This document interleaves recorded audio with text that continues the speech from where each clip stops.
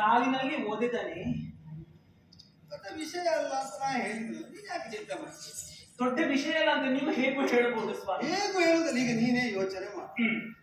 ಈಗ ಲೌಕಿಕ ವ್ಯವಹಾರವನ್ನು ಲೋಕದಿಂದಲೇ ಎದ್ದು ಬಂದವರು. ಹೌದು. ಲೌಕಿಕ ವ್ಯವಹಾರದಲ್ಲಿ ತಾವು ಯಾವುದೋ ಕಾರ್ಯದಲ್ಲಿ ಆಸಕ್ತರಾಗಿ ತೊಡಗಿಸಿಕೊಂಡಿರುವ ಆ ಕಾರ್ಯ ಕೈಗೂಡದಿದ್ದ ಅಥವಾ ಅನ್ಯ ಪ್ರಯತ್ನದಿಂದ ನಮಗೇನಾದ್ರೂ ತೊಡಕುಂಟಾಯಿತು ಅಂತ ಒಳಗೆ ಒಂದು ಆಕ್ರೋಶ. ಹೌದು. ಹುಟ್ಟಿದ ಆಕ್ರೋಶ ಯಾರ ಮೇಲೂ ತಾವು ಈಡೇರಿಸಬೇಕಾದ ಕಾರ್ಯ ಸಾಧಿತವಾಗಲಿಲ್ಲ. ಆ ಭರದಲ್ಲಿ ತಲೆಯಲ್ಲಿದ್ದದ್ದನ್ನು ಕೆಳಗೆ ಹಾಕಿ ಕಾಲಲ್ಲಿ ಬಿಟ್ಟುದು. ಹೌದು ಅಲ್ವೋ? ತಮ್ಮ ಸರ್ವಾವಯವಗಳಲ್ಲಿ ಇದ್ದದ್ದನ್ನು ಎಸೆದು ಅದು ತನಕ ಅವರೇ ಅದನ್ನು ಪ್ರೀತಿಯಿಂದ ನಮಗೆ ಹಚ್ಚಿಕೊಂಡಿದ್ದದ್ದು. ಈಗ ಶಿರೋಭೂಷಣ ಯಾವುದನ್ನು ಅದನ್ನು ತೆಗೆದು ತೆಳಗೆ ಹಾಕುತ್ತಾರೆ. ತಲೆಯಲ್ಲಿ ನಾವು ಒಪ್ಪೋರಣವಾಗಿ ಬಾಚಿಕೊಂಡಿದ್ದ ಕೆದರಿಕೊಂಡು ಹೌದು ಆಭರಣಾದಿಗಳನ್ನು ಹಾಕಿ ತುಳಿಯುತ್ತಾರೆ. ಅವಾಗ ಪ್ರಿಯವಾದದ್ದನ್ನೇ ನಿಲ್ಲಿಸುವುದಕ್ಕೆ ತೊಡಗಿದ್ರು. ಲೋಕ ವ್ಯವಹಾರದಲ್ಲಿ ಸಾಮಾನ್ಯವಾದ ಆ ತೆರನಾಗಿ ಲೌಕಿಕನಾದಂತಹ ನನ್ನನ್ನು ತಮ್ಮ ಕಾರ್ಯ ಕೈ ಸಾಗದಂತಹ ಕೈ ಸೇರದ ಸನ್ನಿವೇಶ ತೆಗೆದು ಒದೆದು ಅದು ಲೋಕ ವ್ಯವಹಾರ ಅಂತ ತಿಳಿದ್ರೆ ಆಯ್ತು. ಸಾಮಾನ್ಯರು ಮಾಡುತ್ತಿರುವುದು ಲೋಕ ವ್ಯವಹಾರ ಎನ್ನುವ ಹಾಗೆ ನಾವು ಹೇಳಬಹುದು. ಅಸಾಮಾನ್ಯರಾತ್ರಿ ಇರುವುದು ಲೋಕ ಮಧ್ಯದಲ್ಲಿ ಅಲ್ಲ. ಲೋಕ ಮಧ್ಯದಲ್ಲಿ ಇದ್ರೂ ಕೂಡ ಭೃಗುಮುನಿ ಯಜ್ಞ ಯಾಗಾದಿಗಳನ್ನು ಮಾಡುವವರು, ಸರಿ, ವಿಶೇಷವಾದಂತಹ ಜ್ಞಾನವನ್ನು ಹೊಂದಿದವರು, ಪರಮ ಜ್ಞಾನಿಗಳಾದಂತಹ ಭೃಗುಮುನಿ ನಿಮ್ಮ ಇದಕ್ಕೆ ತುಳಿಯುವುದಾದ್ರೆ ಏನು ಸ್ವಾಮಿ? ಹಾಗಾದ್ರೆ ನನಗೊಂದು ಜಾಗವನ್ನು, ನನಗೆ ಇಲ್ಲದ ಚಿಂತೆ ನಿನಗೆ ಹಾಗೆ ಬಂತು ಅಂತ ನನ್ನೇ ಅಂತ ಹೇಳ್ತಿ. ನಾನೇ ಅವರನ್ನು ನಿಮ್ಮ ಆರ್ಥಿಕವಾಗಿ ಬೀಳ್ಕೊಟ್ಟಾಯ್ತು. ನಿಮ್ಮ ಎದೆಯಲ್ಲಿ ಇರುವುದು ಯಾರು ಸ್ವಾಮಿ? ಅದು ನೀನೇ. ಮನೋಮಂದಿರವನ್ನೇ ನಿಮಗೆ ಕೊಟ್ಟಿದ್ದೇನೆ ಅಂತ ಆಗಲೇ ಹೇಳಿದ್ದೀರಿ. ಆ ಮನೆಗೆ ಬಂದು ಒಬ್ಬ ತುಳಿದ್ರೆ ಮನೆಯ ಒಡತಿಯಾಗಿ ನಾನು ಸುಮ್ಮನಿರಬೇಕಾಗುತ್ತದೆ ಹೇಳಿ ಸ್ವಾಮಿ. ಮನೆಯಿಂದ ಯೋಚಿಸಿದ್ರೆ ಈಗ ನಿನಗದು ಮನೆ ಹೌದು, ನಿನಗೆ ಮಾತ್ರ ಮನೆ ಹೌದು.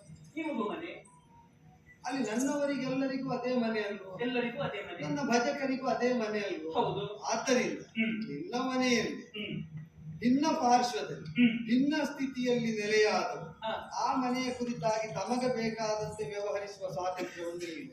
ಅವರ ಮನೆ ಅಂತ ತಿಳಿದು ಅವರು ವ್ಯವಹರಿಸಿದ್ರು. ನಿನ್ನ ಮನೆಯನ್ನು ನಿನಗೆ ಅಷ್ಟು ಸಲಿಗೆಯನ್ನು ಕೊಡ್ತಾ ಇದ್ದೀರಿ. ಹಾಗಾದ್ರೆ ಅದು ನಿಯತಿಯೇ ಹಾಗಲ್ವೋ? ನನ್ನ ಸ್ವರೂಪವೇ ಹಾಗೆ ಅಂತ ಲೋಕದಲ್ಲಿ ಎಲ್ಲರೂ ಕಂಡರಿಸಿ ಘೋಷಿಸಿ ಆಗಿದೆ. ಮಾನ ಅಪಮಾನ ನಿಮಗೆ ಸಮಾನವಾಗಿರಬಹುದು ಸ್ವಾಮಿ, ನನಗೆ ಹಾಗಲ್ಲ. ಅವಳು ನಿಮ್ಮ ಎದೆಗೆ ತುಳಿದರ ಪರಿಣಾಮವಾಗಿ ನಾನು ಕೋಪಗೊಂಡಿದ್ದೀನಿ.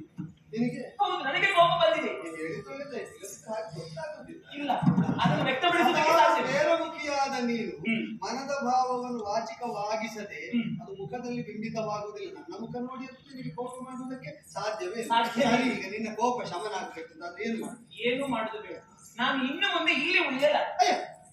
ಯಾಕೆ ಅಷ್ಟು ಆತುರದಲ್ಲಿ ಭಾವಂತದಿಂದ ಮತ್ತೇನು ಮಾಡಿ? ಭೃಗುಮುನಿ ಮಾಡಿದ್ದೆ ಸರಿ ಅಂತಾದ್ಮೇಲೆ ನಾನು ಯಾಕೆ ನೋಡು, ಸರ್ವದೋಷ ವಿವರ್ಜಿತನಾದ ಸರ್ವಗುಣ ಪರಿಪೂರ್ಣನಾದಂತಹ ಶಕ್ತಿ ವ್ಯಕ್ತಿ ಅಂತ ಮಾನಿಸಿ ನನ್ನನ್ನು ವರಿಸಿದ್ದೌದು. ಈಗ ಇದನ್ನು ಬಿಟ್ಟು ಅಗಲಿದರೆ ಇನ್ನು ದೋಷ ಇದ್ದದ್ದೇ ಸಿಕ್ಕುವುದು. ಗುಣದಲ್ಲಿ ಕಡಿಮೆಯಾದವರೇ ನಿನಗೆ ದರ್ಶನಕ್ಕೆ ಸಿಕ್ಕುವುದು. ಎತ್ತರದಲ್ಲಿದ್ದವರು ಇಳಿತೇನೆ ಅಂತ ಕಷ್ಟ ಆದೀತು. ಇಲ್ಲ, ಏರುವುದಕ್ಕಿದ್ರಾದ್ರೂ ಯೋಚಿಸಬಹುದಿತ್ತು. ಕಷ್ಟದ ಮೇಲೆ ಹೋಗ್ಲಿಕ್ಕಿಲ್ಲ. ಕಷ್ಟವನ್ನು ಸಹಿಸಿಕೊಳ್ಳುತ್ತೇನೆ ಸ್ವಾಮಿ.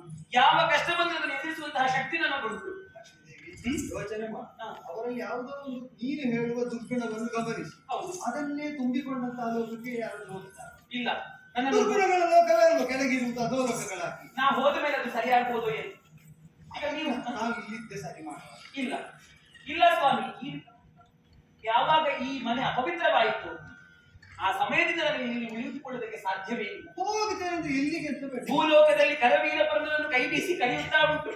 ಆ ಕರವೀರಪುರವನ್ನು ನಾನು ಸೇರಿಕೊಳ್ಳಲು ಉಳಿದಿದ್ದೀನಿ. ಹೋಗುದಾಗ ನಾವು ಒಟ್ಟಿಗೆ ಇಲ್ಲ ಇಲ್ಲ, ನಿಮ್ಮನ್ನು ಬಿಟ್ಟೇ ಹೋಗುದು ನಾನು. ನನ್ನ ನಗರ ನಿಮ್ಮ ನಗರಿಯೇ ಹೋಗುದು.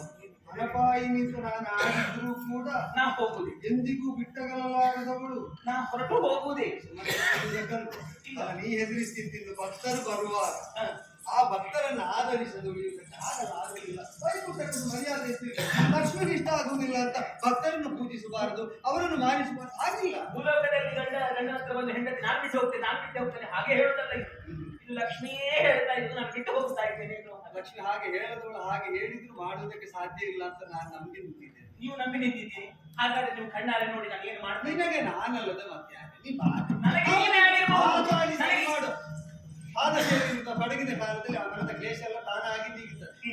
ತನ್ಮಯತೆ ಬಂದ್ರೆ ಸಾಕು, ತಲ್ಲೀನತೆ ಬಂದ್ರೆ ಸಾಕು, ಕಾರ್ಯ ಪ್ರಸಕ್ತಿಯಲ್ಲಿ ಎಲ್ಲ ಕಳೆದುಕೊಳ್ಳುವುದಾಗ್ತದೆ. ನೀವು ಆ ಕಡೆ ಋತುವಿನ ಕೋಪವನ್ನು ಶಮನಗೊಳಿಸ್ತೀರಿ, ಈ ಕಡೆ ಹೆಂಡತಿಯ ಕೋಪವನ್ನು ಶಮನಗೊಳಿಸುವುದಕ್ಕೆ ಶಕ್ತರಿದ್ದೀರಿ. ಎಲ್ಲ ಆಗ್ತದೆ, ಹೆಂಡತಿಯನ್ನು ಕಳಿಸುವುದಕ್ಕಾಗುದಿಲ್ಲ ಅಂದ್ರೆ ನನಗೊಂದು ಚಿಂತೆ ಅಲ್ವೇ? ಇಲ್ಲ ಇಲ್ಲ, ಈ ಕ್ಷಣದಲ್ಲಿ ನಾನು ಈ ವೈಕುಂಠದಲ್ಲಿ ನಿಲ್ಲುವುದಕ್ಕೆ ಸಾಧ್ಯವೇ ಇಲ್ಲ. ಕರವೀರಪುರದ ನನ್ನ ಕೈ ಬೀಸಿ ಕಲಿಯುತ್ತಾ ಉಂಟು, ನಾನು ಹೋಗ್ತಾ ಇದ್ದೇನೆ.